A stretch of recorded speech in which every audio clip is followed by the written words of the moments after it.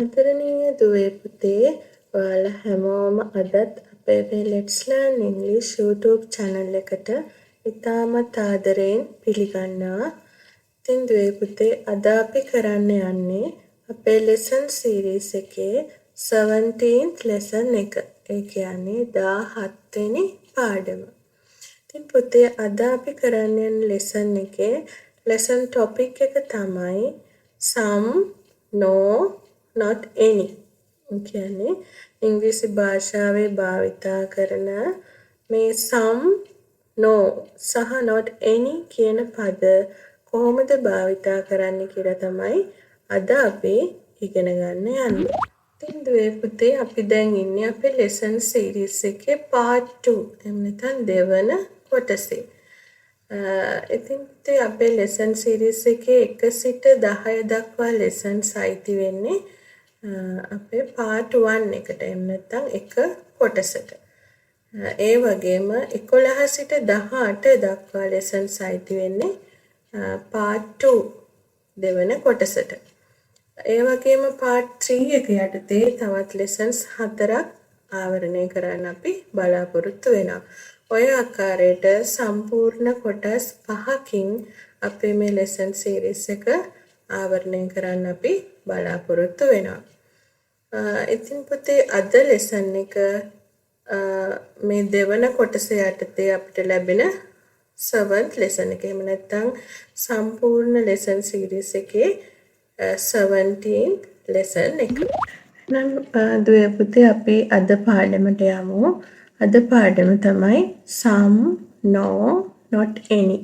එහෙම නැත්නම් ඉංග්‍රීසි භාෂාවේ මේ some, no, not any කියන පද අපි කොහොමද භාවිතා කරන්න කියලා බලමු. එහෙනම් පුතේ අපි මුලින්ම sentence එකක් අරන් බලමු. ඒක තමයි there is water in the bottle. කියන්නේ there is water වතුර තියෙනවා in the bottle බෝතලයේ. එතකොට බෝතලයේ වතුර තියෙනවා කියලා කොහොමද කිව්වේ? there is water in the bottle.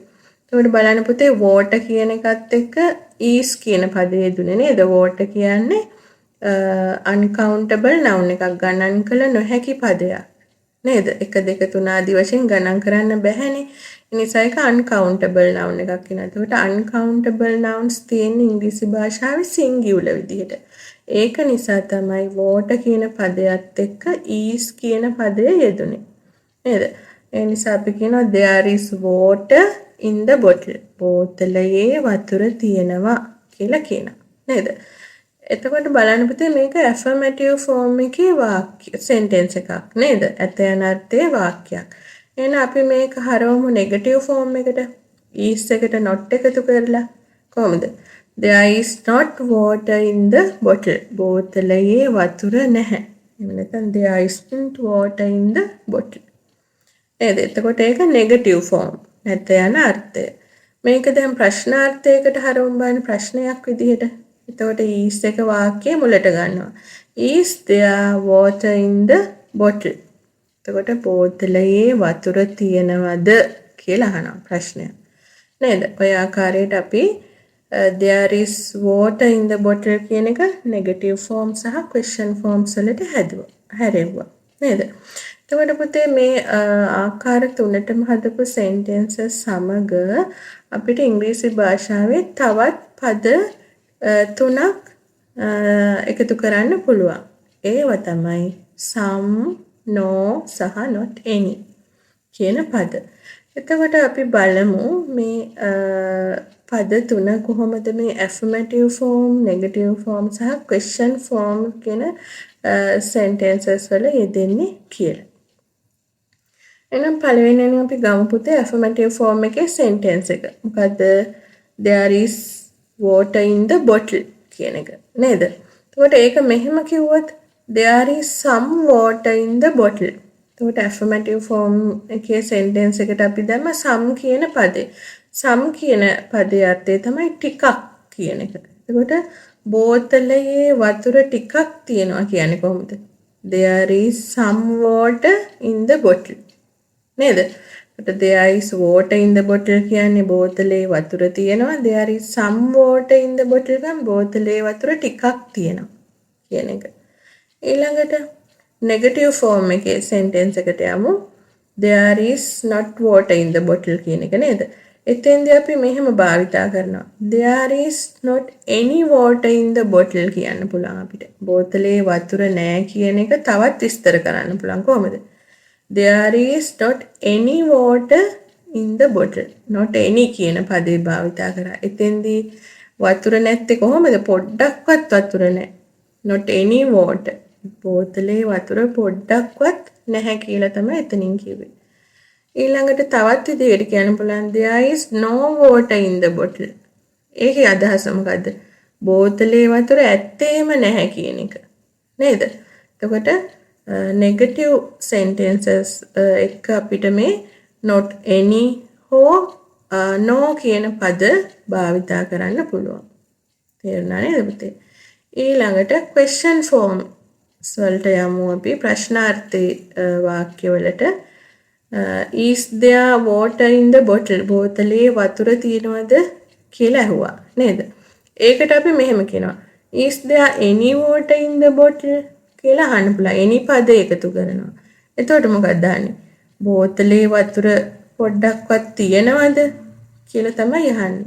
බෝතලේ වතුර ටිකක්වත් තියෙනවද කියලා තමයි අහන්නේ. එතකොට any question form එකත් එක්ක අපි භාවිතා කරන්නේ any කියන පදය. තේරුණා නේද පුතේ? එතකොට affirmative form, negative form සහ question form සමග මේ some, no, not any කියන පද අපිට භාවිතා කරන්න පුළුවන්. එහෙනම් අපි තවත් example එකක් අරන් බලමු. මෙහෙම අහනවා question එකක් අහනවා. Is there any water in the bottle? බෝතලේ වතුර පොඩ්ඩක් හරි තියෙනවද කියලා අහනවා. Is there any water in the bottle? any පදේ දාලා අහනවා. එතකොට yes නම් affirmative form එකෙන් උත්තර දෙනවා. no නම් negative form එකෙන් උත්තර දෙනවා. එතකොට අපි කියනවා yes there is some water in the bottle. affirmative form එකේදී භාවිතා කරන්නේ some කියන පදේ නේද? yes there is some water in the bottle. ඔව් බෝතලේ වතුර ටිකක් තියෙනවා. නැත්තම් no there is not any water in the bottle. නෑ බෝතලේ වතුර පොඩ්ඩක්වත් නැහැ. එහෙම නැත්තම් no there is no water in the bottle. නෑ බෝතලේ වතුර ඇත්තේම නැහැ කියලා උත්තර දෙන්න පුළුවන්. තේරුණා නේද පුතේ? එතකොට ඔය ආකාරයට අපිට some, no සහ not any කියන පද භාවිතා කරන්න පුළුවන්. එහෙනම් පුතේ අපි තව දුරටත් උදාහරණ කිහිපයක් අරගෙන මේ පද භාවිතා කරන ආකාරය බලමු. එහෙනම් දුවේ පුතේ අපි තවත් උදාහරණ 5ක් අරගෙන මේ some, no, not any පද භාවිතා කරන ආකාරය ඉගෙන ගනිමු. පළවෙනි උදාහරණය තමයි පුතේ මෙහෙම කියනවා. There is some sugar in the bottle. කියන්නේ affirmative form එකේ sentence එක නේද? There is some sugar in the bottle. ඒ කියන්නේ බෝතලේ සීනි ටිකක් තියෙනවා කියන එක. ඊළඟට මේක බලන්න. There is not any sugar in the bottle. ඒ කියන්නේ බෝතලේ සීනි පොඩ්ඩක්වත් නැහැ. There is not any sugar in the bottle. ඊළඟට there is no sugar in the bottle. ඒ කියන්නේ බෝතලේ සීනි ඇත්තේම නැහැ. නේද?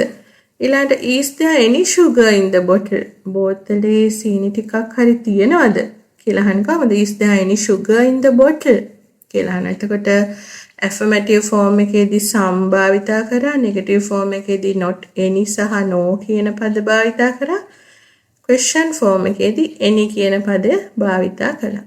නේද? ඊළඟට දෙවෙනි උදාහරණය බලමු. There are some boys in the classroom. පන්තියේ පිරිමි ළමයි ටිකක් ඉන්නවා. There are some boys in the classroom. ඊළඟට පන්තියේ පිරිමි ළමයි කවුරුවත් නැහැ කියන්නේ කොහොමද? There are not any boys in the room කියලා කියනවා නේද? පන්තියේ ළමයි පිරිමි ළමයි ඇත්තේම නැහැ, කවුරුත්ම නැහැ කියන්නේ කොහොමද? There are no boys in the room. මේ කාමරේ පිරිමි ළමයි කවුරුවත්ම නැහැ, ඇත්තේම නැහැ කියන එක. ඊළඟට are there any boys in the room කවුරු හරි පිරිමි ළමයි ටිකක් ඉන්නවද කාමරේ කියලා අහන්නේ කොහොමද? Are there any boys in the room? කියලා අහනවා. ඊළඟට she has some money in her purse. Some money. ඇයට තියෙනවා සල්ලි ටිකක්. She has some money in her purse. ඇයගේ purse එකේ. She has some money in her purse. ඊළඟ negative form එකකින් කියන්න බලන්න. She does not have any money.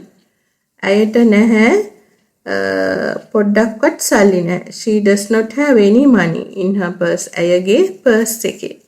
ඊළඟ she has no money කියන්නත් පුළුවන්. ඒ කියන්නේ ඇය සල්ලි ඇත්තේම නැහැ කියන එක. She has no money in her purse. ඇයගේ purse එකේ. ඊළඟට පුතේ question form එකක් අහන්න බලන්න. question form එකකින් අහන්න බලන්න ප්‍රශ්නයක්. ඇයට ඇගේ purse එකේ සල්ලි කීයක් හරි තියෙනවද කියලා. එහෙනම් කොහොමද දන්නේ? Does she have any money in her purse? එතකොට question form එකේදී any කියන පදේ භාවිත කරා. Does she have any money in her purse? තේරුණා නේද පුතේ? හරි. ඊළඟට තවත් උදාහරණයක් ගමු. You have something in your mind. ඔයාගේ හිතේ මොනවා හරි දෙයක් තියෙනවා. Something. You have something in your mind. කියලා කියනවා. Affirmative form. දැන් negative form එකේදී you don't have anything in your mind. ඔයාගේ හිතේ මොකුත්ම නැහැ කියලා කියනවා. You don't have anything in your mind. ඊළඟට මෙහෙම කියන්න පුළුවන් you have nothing in your mind. ඔයාගේ හිතේ මොකුත් ඇත්තේම නැහැ කියලා. නේද? කිසිම දෙයක් නැහැ. You have nothing in your mind කියලා කියන්න පුළුවන්. ඊළඟට question එකක් අහමු අපි බලන්න. any දාලා do you have anything in your mind? ඔයාගේ හිතේ මොන හරි දෙයක් තියෙනවද? ඒක කොහොමද? Do you have anything in your mind? කියලා අහනවා. ඊළඟට පුතේ තවත් example එකක් අරන් බලමු. Mala told something to her boyfriend. එතකොට මාලා මොකක් හරි දෙයක් ඇයගේ boyfriend කිව්වා. කියන්නේ කොහොමද? Mala told something to her boyfriend. Affirmative form එක නිසා some භාවිතා කරා නේද? Mala told something to her boyfriend. පස්සේ ඒක negative form එකට හරවන්න. Mala did not tell anything. මුකුත්ම කිව්වේ නැහැ to her boyfriend. ඊළඟට Mala told nothing to her boyfriend. Mala කිසිම දෙයක් මුකුත්ම කිව්වේ නැහැ. Mala told nothing to her boyfriend. ඊළඟට question එකක් Mala මොන හරි කිව්වද කියලා අහන්නේ කොහොමද? Did Mala tell anything? any කියන පදේ භාවිතා කරා නේද? Did Mala tell anything to her boyfriend? එතකොට පුතේ ඔයාලට ඒ උදාහරණත් එක්ක තේරෙන්නේ නැති නේද?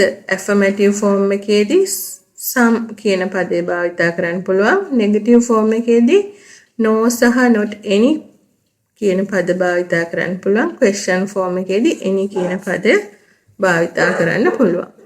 ඔය ආකාරයට තමයි පුතේ ඉංග්‍රීසි භාෂාවේ some, no සහ not any කියන පද භාවිතා කරන්නේ. එහෙනම් ඒක තමයි පුතේ අද දවසේ අපේ පාඩම 17th lesson එක. ඉතින් ඔයාලට මේ පාඩමත් හොඳින් තේරෙන්නේ නැති කියලා මම හිතනවා. නම් පුතේ ඒක තමයි අපේ 17th lesson එක. එහෙනම් පුතේ අපි 17th lesson එකත් සම්පූර්ණයෙන් ආවර්තනය කළා. එහෙනම් අදත් වෙනද වගේම පාඩම අවසානයේ අපි ඔයාලට vocabulary list එකක් ලබා දෙනවා. අපි බලමු අද මොනවද ඔයාලට ලබා දෙන අලුත් වචන කියලා. එතෙන්දී පුතේ බලන්න අද අපි වචන දෙකක් අරන් තියෙනවා. එකක් තමයි knowledge කියන එක. knowledge කියන්නේ දැනුම කියන එක නේද? අනිත් word එක තමයි invitation. invitation කියන්නේ ආරාධනය කියන එක. එතකොට මේ knowledge සහ invitation කියන වචන ආශ්‍රිතව ඉංග්‍රීසි භාෂාවේ යෙදලා තියෙන තවත් යෙදුම් විශේෂිත යෙදුම් කීපයක් තමයි අද අපි ඉගෙන ගන්න යන්නේ. එහෙනම් අපි බලමු පළවෙනියෙන් knowledge කියන වචනේ භාවිතා කරලා ඉංග්‍රීසි භාෂාවේ භාවිතා කරන විශේෂිත යෙදුම් කිහිපයක්. පළවෙනි එක තමයි deep knowledge. knowledge කියන්නේ දැනුම.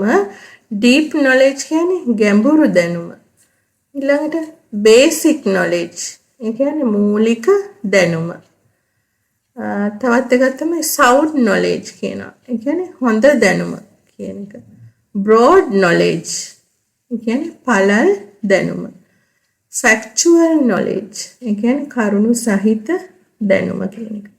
general knowledge. ඒ කියන්නේ සාමාන්‍ය දැනුම. එතකොට අපි ඉගෙන ගත්ත පුතේ knowledge කියන පදයේ සමග භාවිතා වෙන තවත් විශේෂිත යෙදුම් කිහිපයක්. ඊළඟට බලන්න පුතේ invitation කියන වචනේ. invitation කියන්නේ ආරාධනය කියන එක. නේද? එතකොට invitation කියන වචනේ සමග යෙදෙන මේ වගේ යෙදුම්. එකක් තමයි open invitation. open invitation කියන්නේ විවෘත ආරාධනය. formal invitation. ඒ කියන්නේ විධිමත් ආරාධනය. personal invitation. පුද්ගලික ආරාධනය. special invitation. විශේෂ ආරාධනය. wedding invitation. විවාහ ආරාධනය. dinner invitation. රාත්‍රී ආහාර ආරාධනය. ඔය වගේ invitation කියන පදයක් භාවිතා කරලා අපිට ඉංග්‍රීසි භාෂාවේ ඔය වගේ විශේෂිත යෙදුම් අපිට දකින්නට ලැබෙනවා. ඉතින් පුතේ මේවත් ඔයාලගේ vocabulary book එකේ ලියාගෙන පාඩම් කරගෙන ඔයාලගේ දැනුමට එකතු කරගන්න පුළුවන්. එහෙනම් පුතේ අද දවසෙත් අපේ පාඩම ඔය විදියට අවසන් වෙනවා. එහෙනම් මම හිතනවා අද පාඩමත් ඔයාලට හොඳින් තේරුණා කියලා. එහෙනම් අපි නැවතත් අපේ ඊළඟ ලෙසන් එකේ හමු වෙමු. එහෙනම් ඔයාලට ගොඩාක් ස්තුතියි. සුබ දවසක්.